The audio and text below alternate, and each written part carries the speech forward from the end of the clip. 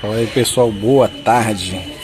Hoje é domingo, tô aqui com outro trabalho e fiz um gabarito aqui correndo, bem grosseiro, que é uma ripinha que sobrou de ontem do serviço de ontem, que vocês viram aí.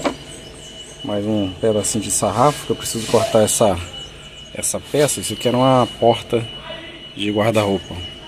Eu já fiz o risco aqui com o esquadro. E essa peça aqui, esse gabarito, é para serra circular.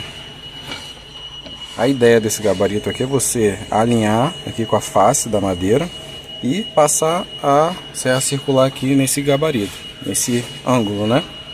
Eu ainda não fiz o corte aqui, mas eu vou passar a serra, ela vai gerar um corte aqui, né?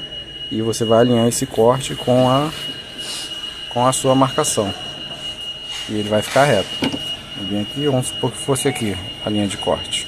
E ele vai seguir a linha de corte. Simples assim. Vejam aí.